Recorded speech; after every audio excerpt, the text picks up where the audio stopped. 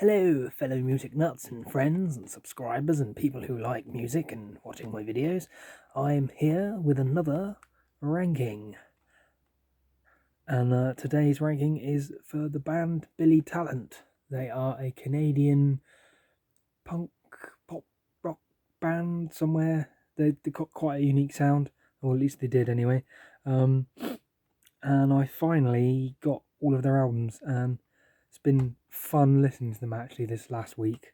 Although in some ways it was slightly disappointing, but I'll get to that in the ranking. So let's begin, shall we?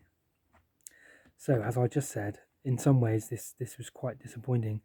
The main reason is because the first two albums that I got in this ranking are the last two albums I got, and I have to be honest, I was quite disappointed. So first off is Dead Silence. There's nothing wrong with the album per se, but it finds the band completely removing themselves from their really nice, wonderful, unique style and just basically becoming another punky pop rock band with nothing particularly unique or different about them. And on top of that, they somehow managed to release like a 57-minute album, which is just way too long. Way too long. Although quite a lot of their albums are quite long. But when they're just basically ditching their really unique style to just basically become another boring sounding band, it's quite disappointing. I was really looking forward to something special, and it just wasn't, basically. Then we have Billy Talent 3, which again is kind of the same, even though it came out before Dead Silence. It was one of the last albums by them that I got. I was really disappointed with it. I really was. Again, they've ditched their unique sound and gone with a sort of regular rock sound in a sort of boring sort of way, and just didn't really interest me that much. I turned off. I listened to it twice, and I just couldn't really.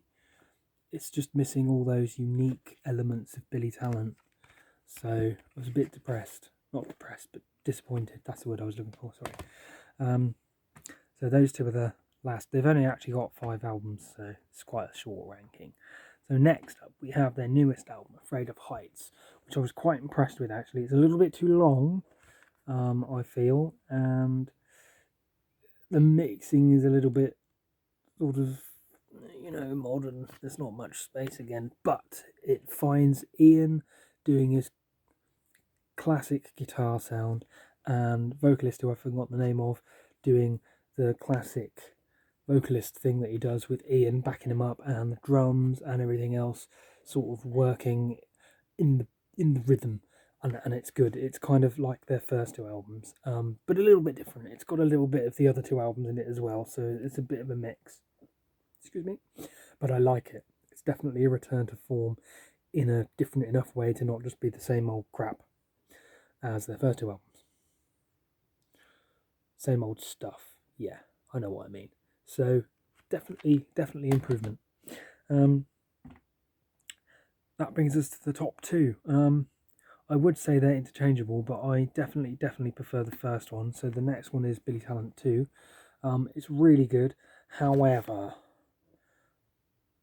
it's a bit too long. It's got all that really unique Billy Talent sound carrying on from the first album. A little bit different. I'd say this one's a little bit heavier in terms of guitar playing and stuff, but it's a bit long. I think there's probably 2 songs, I can't remember which 2 it was now, that I would take off and it would have been perfect. I think it was actually Sympathy and Perfect World, which would have made it a 11-track album, and it would have been perfect. And you got songs like Worker Bees, which has got that do do do do do do do do do do, and then you got the chant, the march on, Worker Bees. It's great. I love it. And then Devil in a Midnight Mass, where the vocals come in after the first bit, which was really heavy, and you've got the 2 melodies sort of on top of each other. One going the Devil in a Midnight Mass, and the other one goes Devil in a Midnight Mass, and it's great. I love it. It's so good. And stuff like that is what makes Billy Talent really unique. Plus, Ian's really unique way of playing guitar is really cool as well. So yeah, definitely high praise from me. And then we've got the album didn't actually start it all, but because I don't have Pairs, but it's a different band technically, but isn't, but is. So Billy Talent's debut album as Billy Talent is my favourite album by them. It's just got everything and it's so good, and it's not too long, it's not too short, perfect length, great guitar, great bass, great drums, great vocal performance from, I can't remember his name, I really can't remember his name, but yeah, it's a fantastic album, fantastic. I would definitely recommend you get it. It's punk with a difference. Excuse me.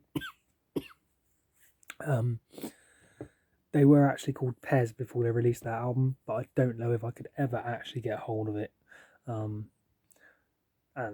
they're different. Well, they're kind of, all the people that are in Billy Talent, I believe, are in Pairs, so it's kind of the same band under a different name. But for the purposes of this video, Billy Talent is Billy Talent, and that's my ranking. So let me know what you think of my ranking. Let me know how you would rank the videos, and I look forward to seeing you again. Please like and subscribe if you like my videos, and I'll be doing more rankings and more reviews and things like that soon, and I will continue with my 1001 albums project just as soon as I work out exactly how I'm going to do it.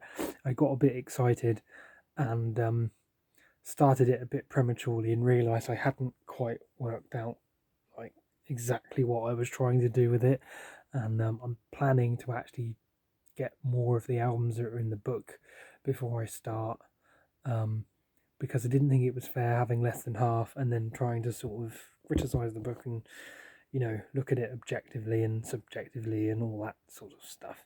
Anyway, thank you for watching. Please come back soon. Thank you and goodbye.